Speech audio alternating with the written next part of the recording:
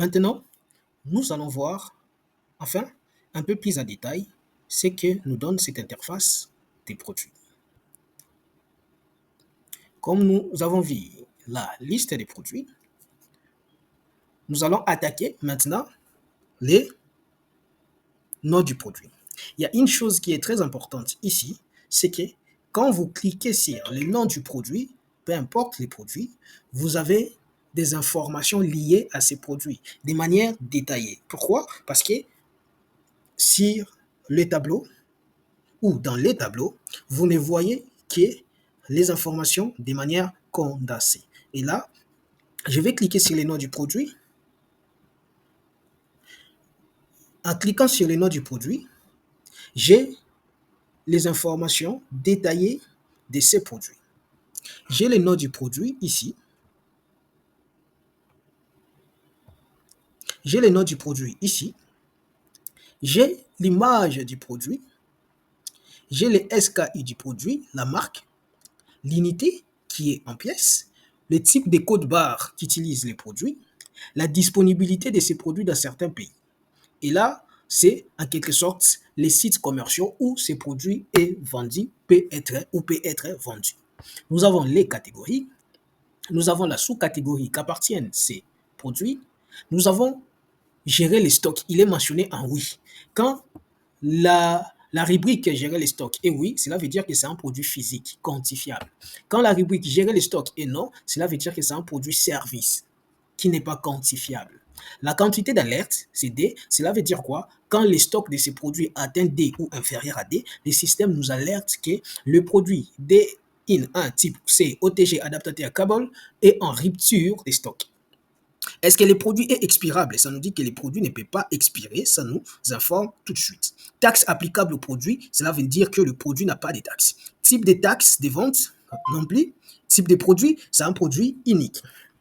Et là, on sait voir les prix d'achat exclus des taxes, c'est-à-dire les prix d'achat où il n'y a pas l'imposition des dépenses. C'est 2,64.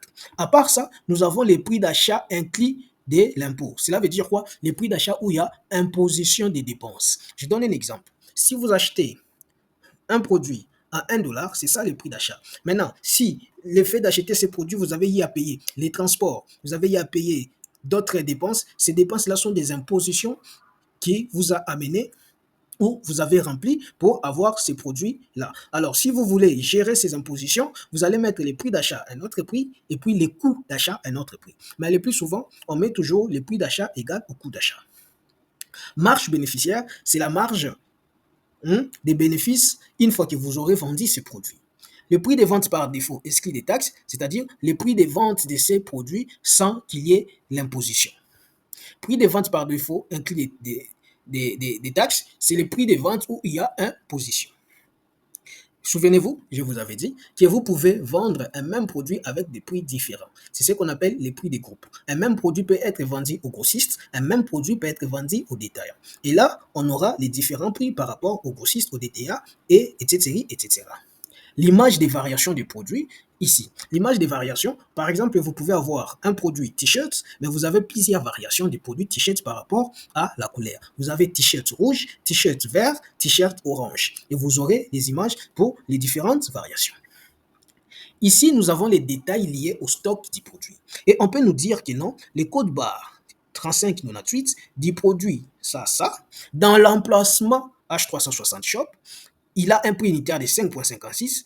Nous avons un stock de 4,0 pièces, c'est-à-dire de 4 pièces. Et le système vous donne également la valeur en stock, c'est-à-dire les 4 pièces qu'on a, ça équivaut à 22,24 $. Unité totale vendue, c'est 2 pièces. C'est-à-dire, au total, on avait 6 pièces et on a vendu 2, ça nous reste 4 comme stock actuel. Unité totale transférée, il n'y a jamais eu de transfert de stock d'un dépôt A à un dépôt B, c'est pourquoi ça signale 0. Unité totale ajustée, c'est-à-dire il n'y a eu jamais de dommages de stock, c'est pourquoi ça nous affiche 0. Et là, n'oubliez pas, vous pouvez venir ici et imprimer les fichiers des rapports de stock pour ces produits D-IN One Type C OTG adaptateur Carbone. Je clique sur imprimer.